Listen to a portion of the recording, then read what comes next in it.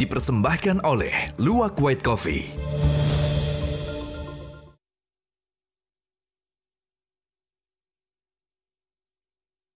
Kalau soal pemberhentian hakim itu, jadi saya harus memisahkan nih. Kalau saya pemberhentian hakim itu saya sudah pernah menulis, tapi sebelum saya menjadi ketua Majelis Kehormatan ya. Jadi untuk itu pandangan saya masih tetap secara akademik seperti yang pernah saya tulis itu. Artinya memang pemberhentian itu sesuai dengan mestinya ngikutin undang-undang lah. Ya harus dikembalikan kepada ketentuan undang-undang lah. Kan itu anunya. Ya. Itu kan esensinya berkaitan dengan persoalan kemerdekaan kekuasaan kehakiman. Jadi dikembalikan ke situ saja. Apa gunanya kemerdekaan kekuasaan kehakiman dalam negara hukum dan apa kata konstitusi tentang itu kita sudah tahu bersama itu apa isinya. Jadi kita kembalikan ke situ.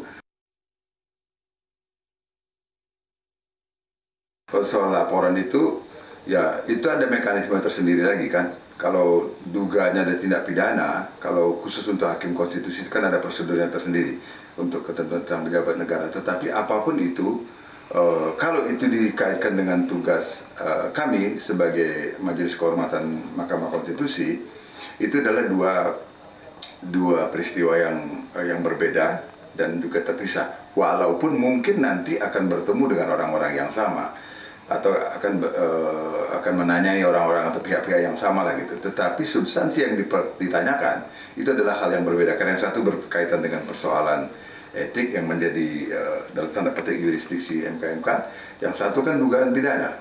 Nah kalau dugaan pidana itu sudah ada penyidik, kami tidak boleh mencampur itu. Sebaliknya penyidik juga tidak bisa mencampuri kami. Itu dua hal yang berbeda gitu.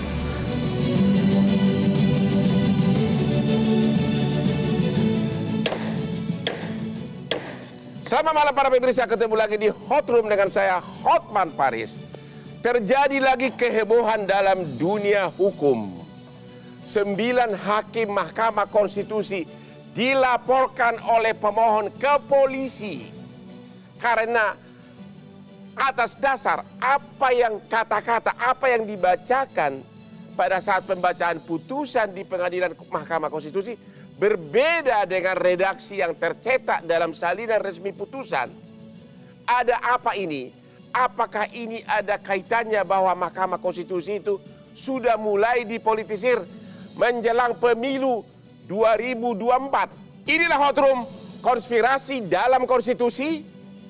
Namun sebelum kita memulai diskusi ini, seperti biasa, otak saya tidak berfungsi kalau tanpa meminum kopi kesayangan saya dulu yang paling enak.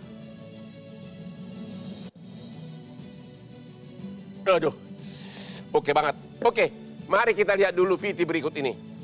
Dengan demikian, pemberhentian hakim konstitusi sebelum habis masa jabatannya hanya dapat dilakukan karena alasan mengundurkan diri atas permintaan sendiri yang diajukan kepada Ketua Mahkamah Konstitusi, sakit jasmani atau rohani secara terus-menerus selama 3 bulan. Oke, di sini sudah hadir Pak Jiko selaku pemohon dalam perkara tersebut. Kalau kita melihat ini, inilah yang dibacakan. Yang dibacakan oleh Hakim Mahkamah Konstitusi. Waktu membaca putusan, kalimatnya adalah dengan demikian. Sedangkan dalam salinan putusan, ya kalimatnya adalah ke depan. Pertanyaannya kepada Jiko, apa akibatnya, apa perbedaan kalimat tersebut, apa manfaatnya bagi Mahkamah Konstitusi sehingga kalimat tersebut berubah? Ya, jadi ini kan berhubungan dengan penggantian Hakim Konstitusi Aswanto. Ya. Pada saat putusan ini dibacakan, itu sedang terjadi penggantian Hakim Konstitusi dari Bapak Aswanto kepada Guntur Hamzah. Ya. Kalau kata-katanya dengan demikian, Mahkamah Konstitusi menyatakan penggantian Hakim Konstitusi Aswanto bertentangan dengan konstitusi. Artinya kalau memakai kata dengan demikian, maka Hakim Konstitusi Aswanto tidak bisa diganti. Betul. Karena undang-undang mengharuskan sesuai dengan syarat-syarat tersebut. Yaitu bahwa harus ke Majelis Kehormatan atau ke Ketua Mahkamah Konstitusi baru ke Presiden. Ya, betul. Itu menurut undang-undang. Sedangkan Aswanto dicopot dengan cara yang tidak sesuai undang-undang. Betul.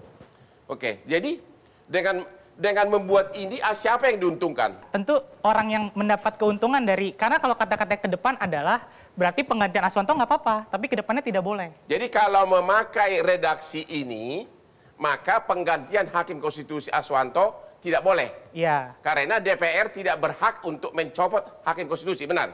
Iya, karena tidak sesuai dengan ketentuan peraturan Karena undang-undang. undang-undang mengatakan yang berhak itu adalah ketua Mahkamah Konstitusi memohon kepada Presiden. Sesuai syarat-syarat itu ya. Ya, sedangkan dalam Hakim Aswanto DPR langsung ke Presiden. DPR langsung aja tanpa bilang baru. DPR langsung aja. Jadi DPR mencopot Hakim Aswanto, sedangkan undang-undang mengharuskan harus ketua MK ke Presiden. Begitulah kira-kira. Dan agar DPR selamat dan juga agar pencopotan Hakim Aswanto itu sah, maka dibuatlah redaksi seperti ini. Ya, ke depan. Artinya Pak Aswanto diganti nggak apa-apa ke depan. Seolah-olah kalau zaman dulu penggantiannya begini, tapi ke depan begini. Padahal undang-undangnya tidak berubah. Iya, tidak berubah. Terus yang Anda laporkan siapa? Saya mencurigai, sebenarnya ada pihak yang saya curigai. Tentu orang yang diuntungkan dari penggantian ini. Tapi saya melaporkan ke 9 hakim karena kan kita tidak tahu siapa yang melakukan. Ya.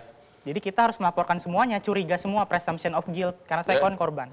Walaupun saya ada kecurigaan, tapi saya belum bisa sebut sekarang.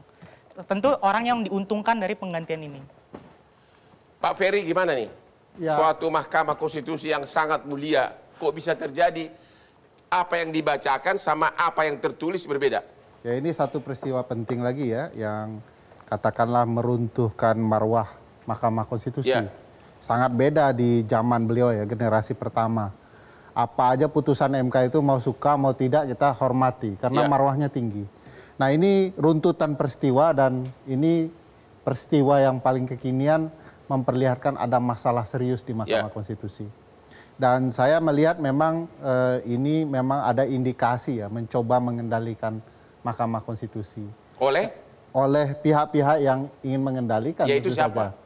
Salah satunya tentu DPR ya, karena DPR tiba-tiba memberhentikan Hakim Aswanto tanpa sesuai dengan ketentuan undang-undang. Apa benar Hakim Aswanto ini sering tidak menyetujui produk-produk DPR? Ya, itu tidak juga terbukti ya. Saya tidak melihat ada kajian dari DPR atau siapapun yang menjelaskan Hakim A lebih banyak menolak undang-undang atau tidak. Karena bagaimanapun konsep putusan MK kan bersama-sama. Kita hanya bisa tahu dari dissenting atau concurring opinion kalau ada pendapat yang berbeda.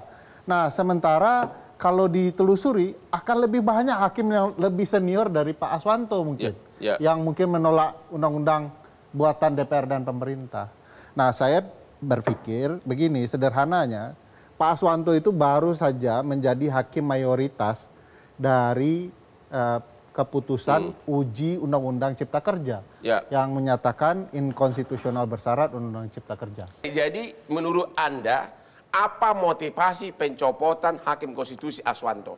Ya, apakah gara-gara agar nanti Perpu tentang Undang-Undang Cipta Kerja digolkan oleh Mahkamah Konstitusi? Salah satu yang bisa dideteksi itu Bang. Karena bagaimanapun posisi Pak Aswanto kan hakim mayoritas sederhana ya. 5-4. Nah, kalau Pak Aswanto tergantikan maka komposisi mayoritas berubah. Menjadi 4-5. 4 dan 5. Nah, dan itu tentu saja akan menguntungkan pembentuk Undang-Undang Cipta Kerja.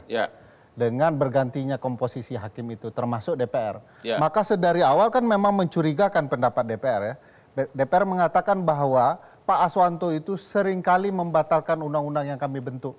Sebagai perwakilan kami di DPR, di Mahkamah Konstitusi, kami berhak menarik beliau kembali sebagai pemilik saham. Jadi mengandaikan MK sudah tidak tepat sebagai perusahaan.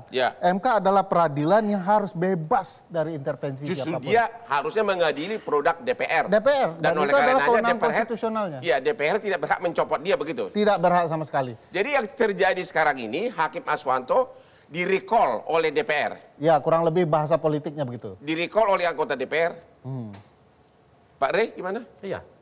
Gimana? Persislah itu, Bang. Apa yang terjadi menurut versi Anda? Politik masuk ke ranah hukum. Dan politik masuk ke ranah hukum. Untuk tujuan apa? Untuk tujuannya politik. Untuk kepentingan siapa? Untuk kepentingan yang berkuasa. Kan yang buat undang-undang yang berkuasa. Ya. Maksud kamu DPR. Termasuk Pak Jokowi dengan mengeluarkan Kepres apa yang terakhir ini? Perpu. Iya, dengan sendirinya kan. Kalau itu dilakukan gitu. Sebab kalau kita baca lagi tadi kronologinya, Bang Hotman ya. Jadi mau pakai dengan demikian ke depan substansinya itu nggak berubah. bahwa pergantian yang dilakukan dengan cara recall ala DPR itu tidak diperkenankan. Pergantian hakim konstitusi Aswanto dengan cara di recall DPR itu tidak ada dasar hukumnya. Mau pakai redaksi dengan demikian pun, mau pakai redaksi ke depan pun, itu tidak diperkenankan. Karena undang-undangnya sama. Karena undang-undangnya sama, artinya tindakan yang dilakukan oleh anggota DPR kemarin itu jelas-jelas bertentangan dengan undang-undang Mahkamah Konstitusi ini. Cuman redaksi yang ada sekarang ini yang di dalam tulisan itu seolah-olah mempermaklumkan. Jadi tidak membenarkan tindakan itu. Ya. Jadi cukuplah itu dengan peristiwa Aswanto. Artinya seolah-olah cukup Aswanto lah yang jadi korban. Tapi kami ini nggak boleh lagi di recall gitu. Segi, tapi segi yang lain itu cukuplah terjadi kesalahan pergantian di Aswanto, tapi ke depan nggak boleh lagi. Artinya pergantian Aswanto itu diakui oleh redaksi ini memang salah, termasuk redaksi yang diganti itu. Tapi tidak berani mengatakan itu salah. Tidak berani yang mengatakannya. Karena apa gitu? Karena ada politik. Ini udah terlalu sangat politik yang mengakibatkan, ya itu tadi proses-proses. Jadi Anda mengatakan bahwa Mahkamah Konstitusi sudah terlalu dalam dimasuki kepentingan politik. Itu kenapa itu bisa terjadi? Karena menurut saya juga, Bang, di institusi Mahkamah Konstitusinya membuka itu juga terjadi. Itu persoalan. Oke, kita istirahat dulu deh. Sampai yang berikut ini.